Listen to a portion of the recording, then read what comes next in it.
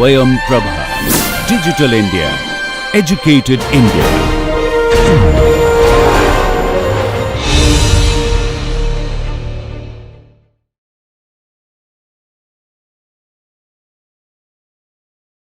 போன பாடத்தில் இந்த ஸ்ப்ரெட்ஷீட்டை பற்றி விவாதித்து கொண்டிருந்தோம்.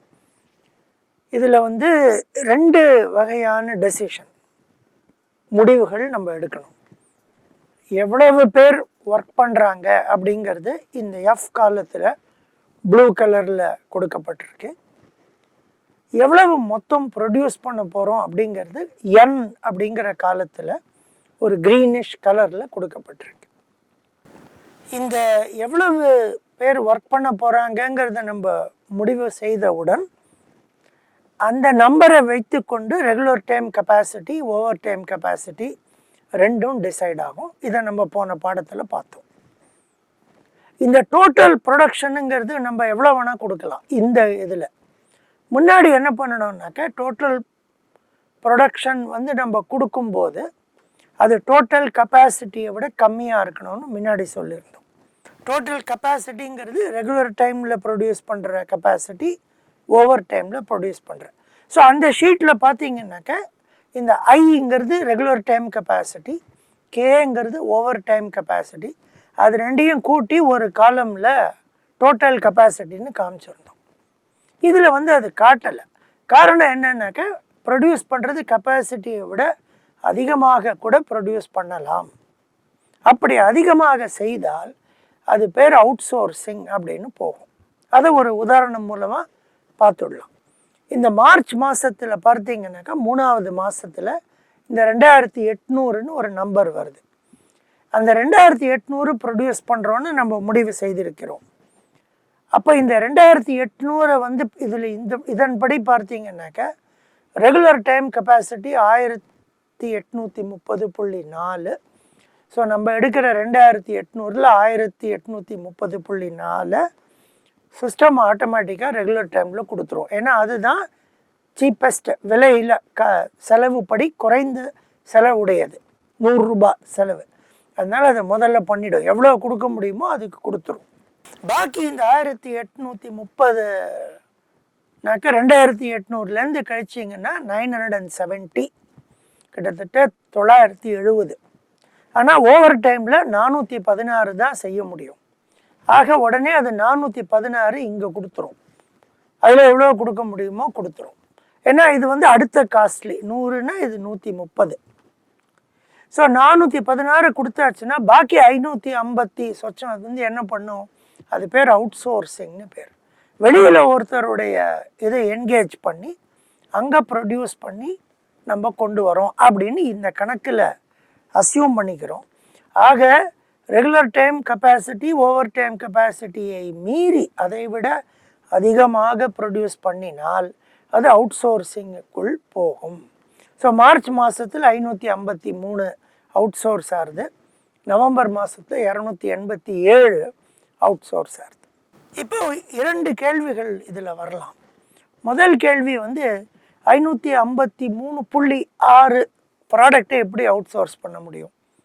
பண்ணினா ஒன்று 550, இல்லை 553, இல்லை 554 தான் அவுட் சோர்ஸ் பண்ண முடியும். எப்படி அந்த 0.6 பண்ணுறது அப்படின்ற ஒரு கேள்வி வரலாம்.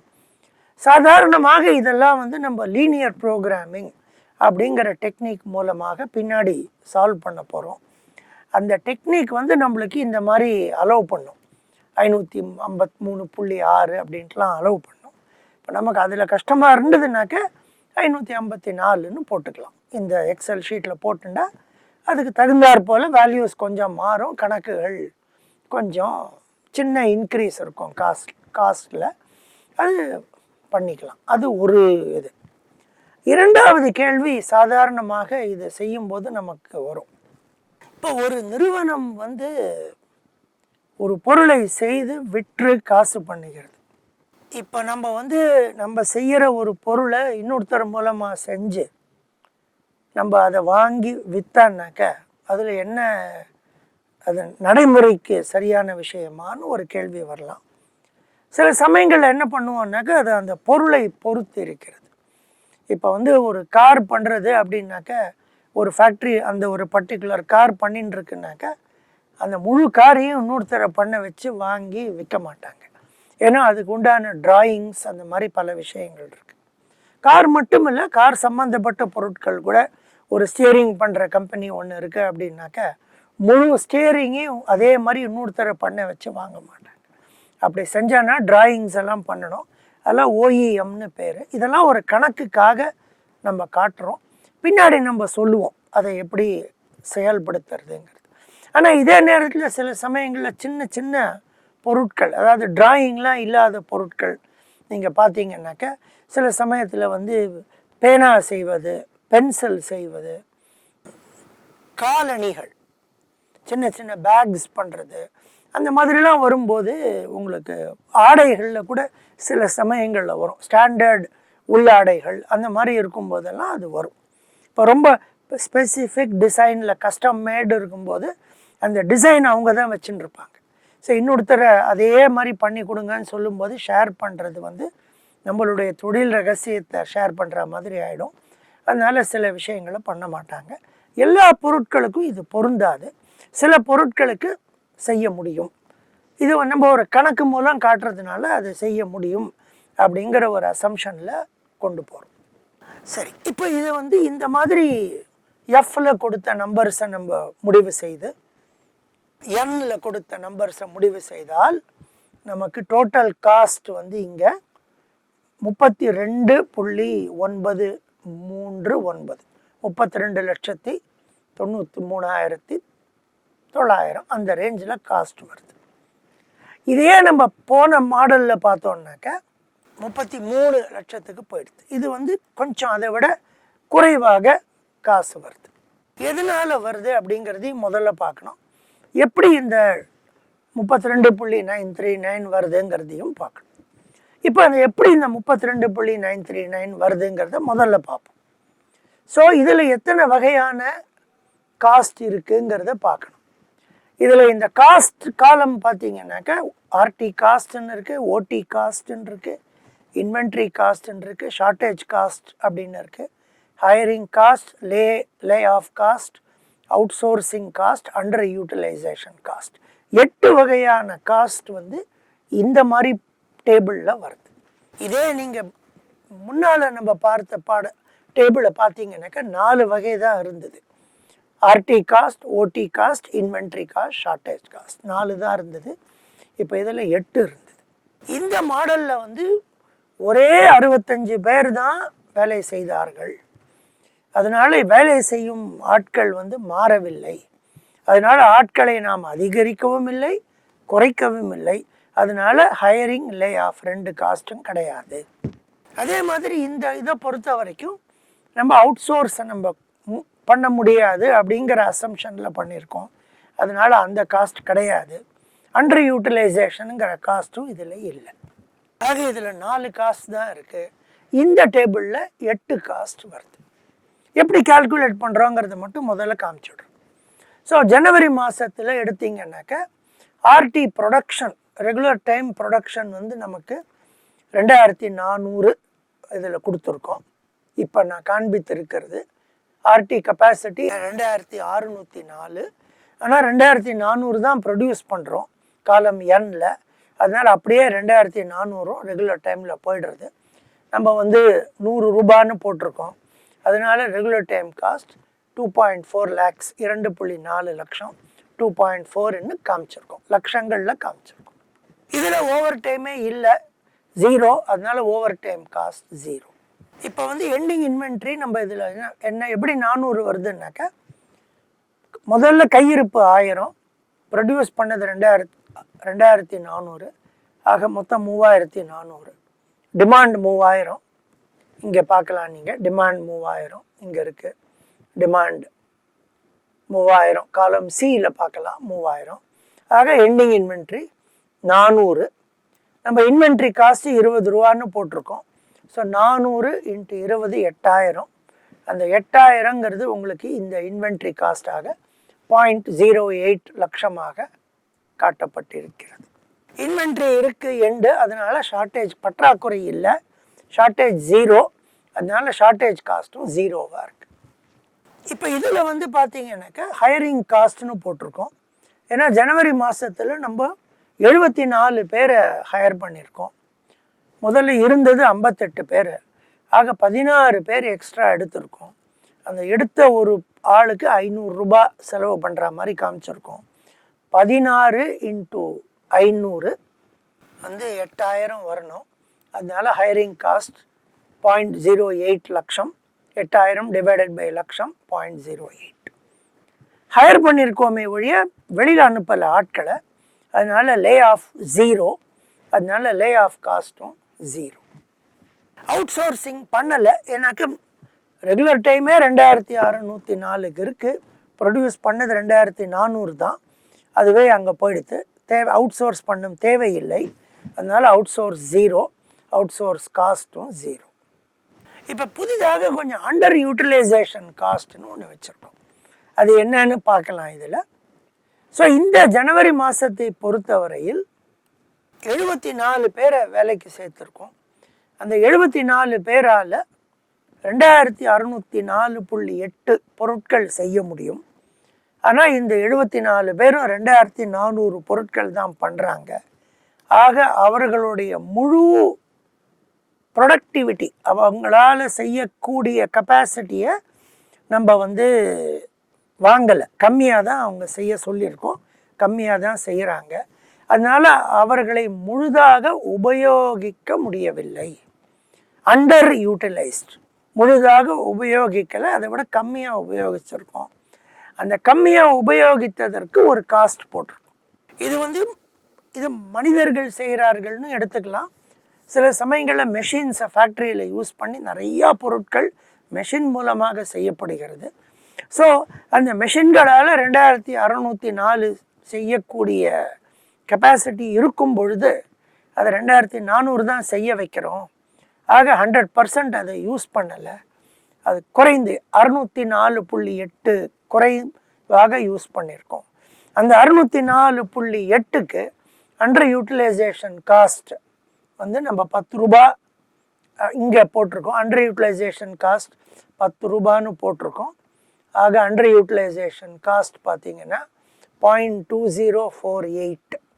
K4ல் 10 ரூபா காமிச்சிருக்கோம். ஒரு நிமிடம் திருப்பி ஒரு தடவை பார்த்துடலாம். K4ல் 10 ரூபா. ஸோ இது 2400 தான் செஞ்சுருக்கோம். ஆனால் 2604 இருக்குது. ஸோ 604.8 அண்டர் யூட்டிலைஸாக இருக்குது. 604.8 × 10 ரூபா 6048. அந்த 6048 வந்து இங்கே வந்து இப்படி காட்டுறோம். Point D11. D11ங்கிறது என்னன்னு பார்க்கலாம்.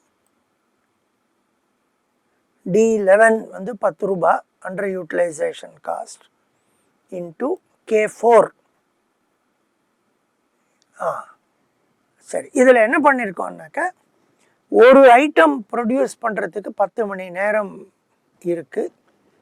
ஆக 604.8 ஐட்டம் குறைவாக ப்ரொடியூஸ் பண்ணியிருக்கோம். இந்த ஃபிகரை எக்ஸ்பிளைன் பண்ணுறேன். இப்போது 0.2048ங்கிறது எப்படி வருதுன்னு பார்க்கணும். So D11 × I15 - J15. I15ங்கிறது இங்கே இருக்குது 2604.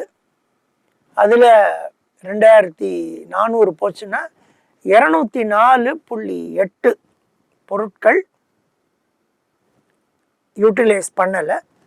204.8 பொருட்கள் இன்ட்டு 10 மணி. ஸோ அது வந்து 2048. அதோட காஸ்ட் இன்னொரு 10. 2048னாக்க 20,480. 20,480ங்கிறது தான் உங்களுக்கு. அதை லட்சத்தால் டிவைட் பண்ணிங்கன்னா 0.2048ன்னு வருது. மறுபடியும் 2604 கெப்பாசிட்டி ப்ரொடியூஸ் பண்ண முடியும். ஆனால் 2400 தான் ப்ரொடியூஸ் பண்ணுறோம் குறைவாக. 204.8 குறைவாக பண்ணியிருக்கோம். ஒரு பொருளுக்கு 10 மணி நேரம் ஆக இன்ட்டு 10. அந்த காஸ்ட் வந்து 1 ஹவருக்கு 210 ரூபாய். 210 போட்டிங்கன்னாக்க 20,480 ரூபாவாக வருகிறது. அதை லட்சத்தில் டிவைட் பண்ணிங்கன்னா 0.2048. அந்த மாதிரி அண்டர் யூட்டிலைசேஷன் பண்ணுறோம். எங்கெல்லாம் முழுக்க யூஸ் பண்ணலையோ அங்கெல்லாம் வருது. இதில் பார்த்தீங்கன்னா 0.415 வருது பாருங்கள். இது எந்த மாதம்னு பார்த்தா உங்களுக்கு தெரியும். இது வந்து ஏப்ரல் மாதம். ரெகுலர் டைமில் நம்மளால் 1611 செய்ய முடியும். ஆனால் 1195 தான் இதில் ப்ரொடியூஸ் பண்ணுறோம். அதனால் அண்டர் யூட்டிலைசேஷன் வருகிறது. இப்போ இந்த ஹையரிங் அண்ட் லேயிங் ஆஃப் காஸ்ட்டும் நம்ம பார்த்தோம். இப்போ இந்த மாதங்களில் சில மாதங்களில் பார்த்தீங்கன்னாக்க, இப்போ ஃபெப்ரவரியிலேருந்து மார்ச்சுக்கு பார்த்தீங்கன்னாக்க 77 பேர் இருந்தாங்க. இப்போ 52 பேர் தான் இருக்காங்க. ஆக 25 பேர் வந்து குறைந்திருக்கிறது. ஸோ ஹையரிங் வந்து 0, லே ஆஃப் வந்து 25. இதை நீங்கள் கேர்ஃபுல்லாக பார்க்கணும். இதை சென்டர் பண்ணால் உங்களுக்கு அழகாக வரும். சென்டர் பண்ணி காமிச்சான்னா உங்களுக்கு க்ளீனாக வரும். இதை சென்டர் பண்ணி காட்டுறேன் உங்களுக்கு.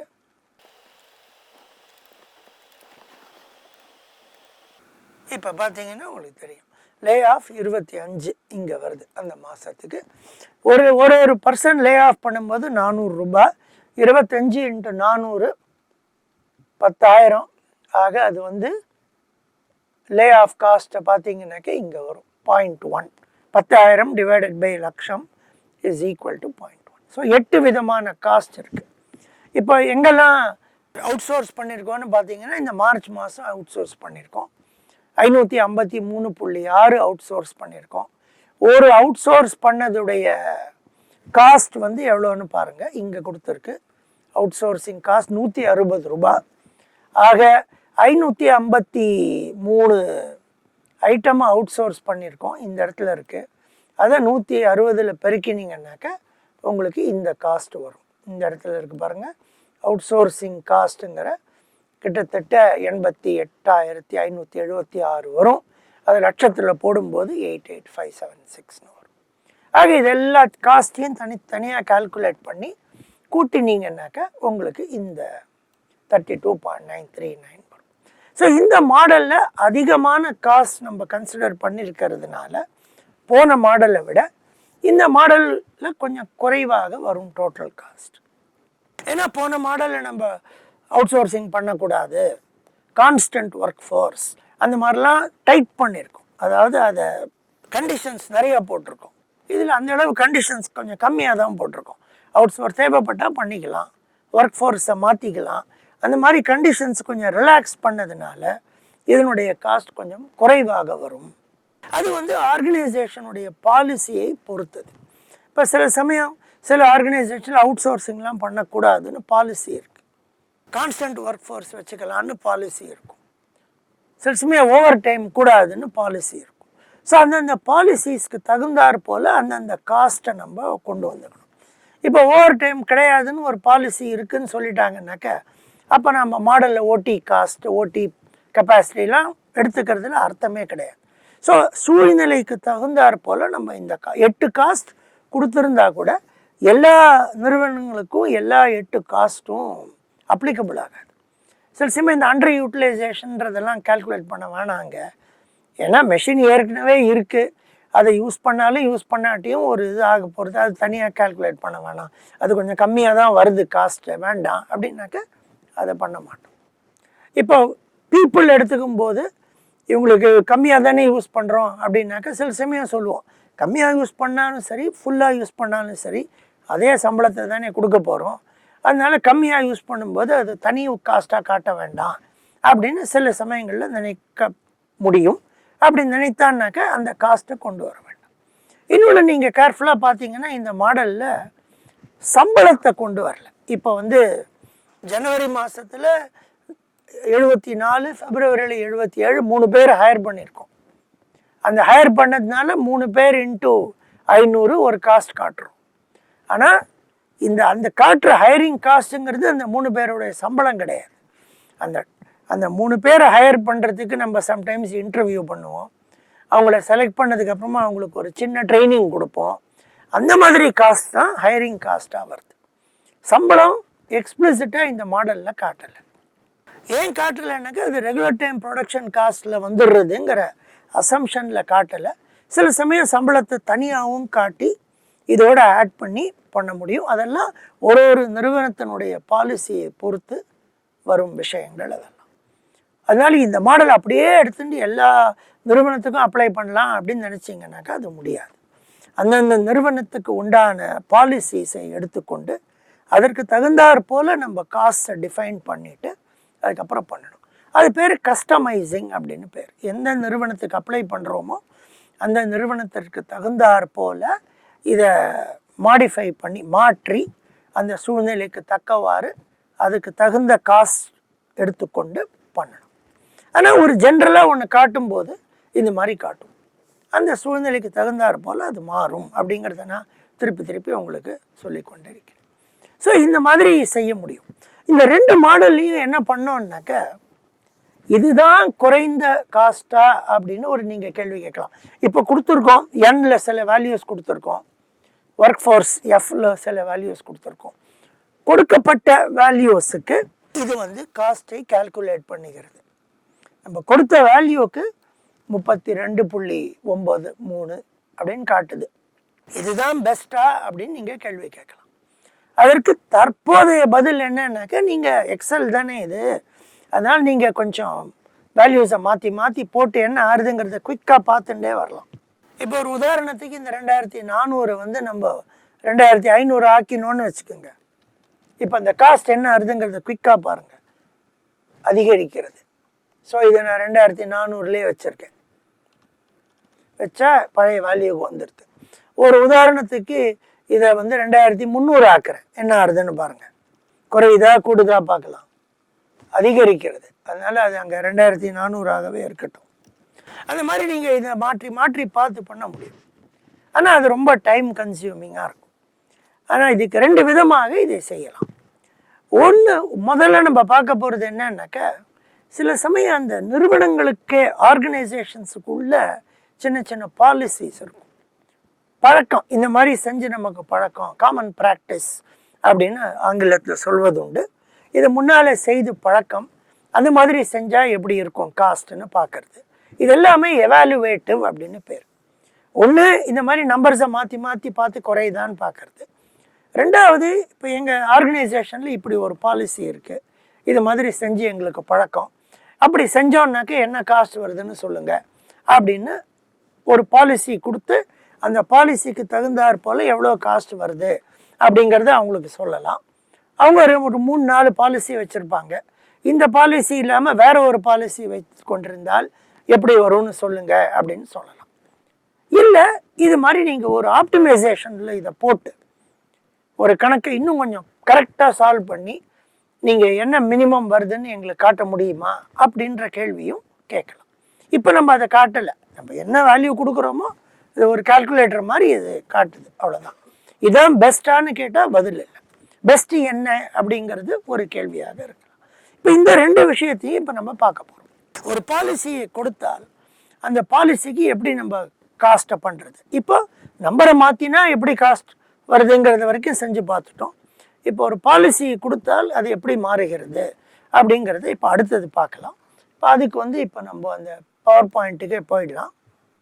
இதே கணக்கை தான் நான் இங்கே கொடுத்துருக்கேன். இதில் ஒரு சின்ன மாற்றம் என்ன பண்ணுறேன்னாக்க, 12 மாதத்துக்கும் பண்ணாமல் 6 மாதங்களை எடுத்துக்கொண்டு கொஞ்சம் ப்ராப்ளமை சின்னதாக்கிட்டோம்.